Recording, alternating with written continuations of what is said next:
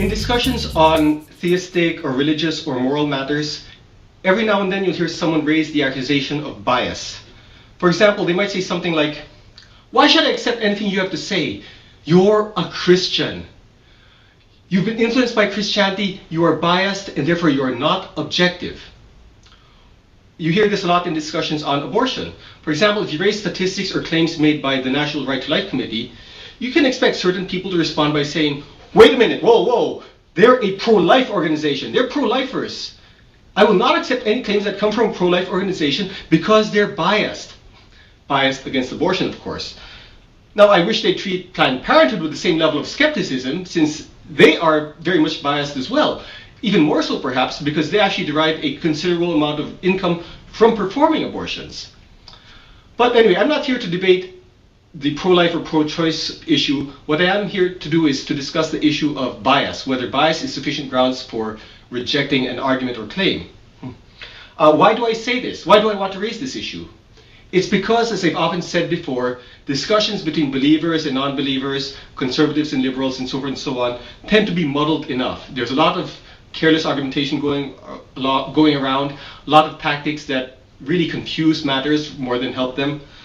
And I urge people to avoid these tactics and ways of thinking and arguments that merely aggravate the confusion.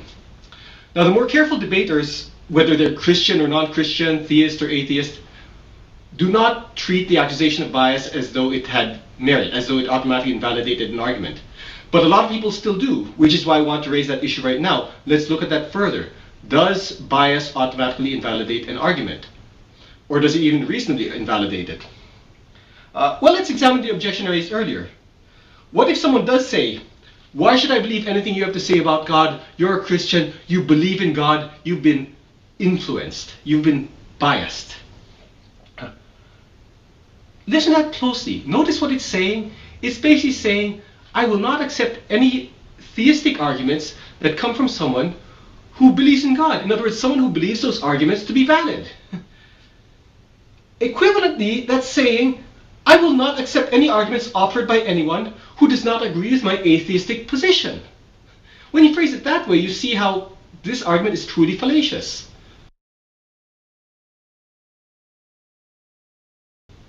Whether an argument comes from a theist or atheist is ultimately irrelevant. What matters is, does the logic and do the premises hold up?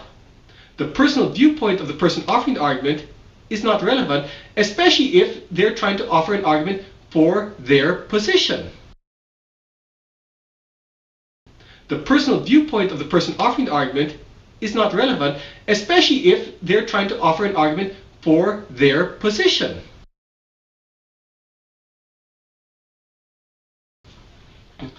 That is why I do not reject an argument simply because it is offered by someone with whom I happen to disagree. It's a common rhetorical device, but it is logically invalid.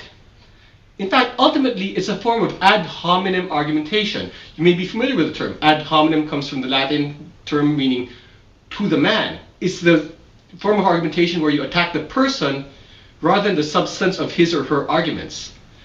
Now, a lot of us are used to thinking of ad hominem argumentation as just, hurling insults. You're stupid, you're ugly, you're uneducated, and so forth and so on.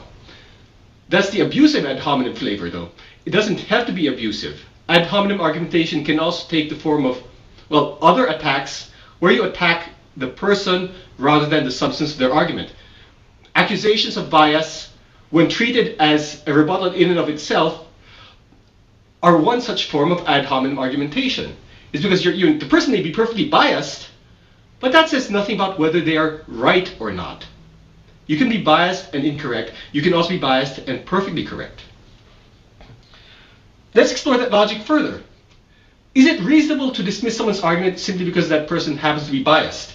Well, if being influenced or biased is sufficient grounds for dismissing someone's arguments or claims, then we should automatically reject any arguments that are offered by someone who admits to being a fan of prominent atheists such as Christopher Hitchens, Richard Dawkins, or Michael Shermer.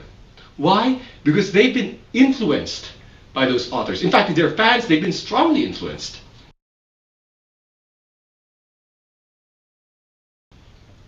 For that matter, we would have to dismiss those atheistic writers themselves. After all, they are bias toward atheism. That's certainly true in the case of, say, Christopher Hitchens and Richard Dawkins, who've earned a great deal of income from their best-selling books arguing for their positions. Now, as I said, I'm not saying you should dismiss their arguments on those grounds. What I'm saying is, if you adopt the logic that I described earlier, where accusations of bias constitute a rebuttal, then you would have to dismiss any of these people who claim to be fans of these atheistic writers, and even the writers themselves. Now, what about a Jew writing about World War II?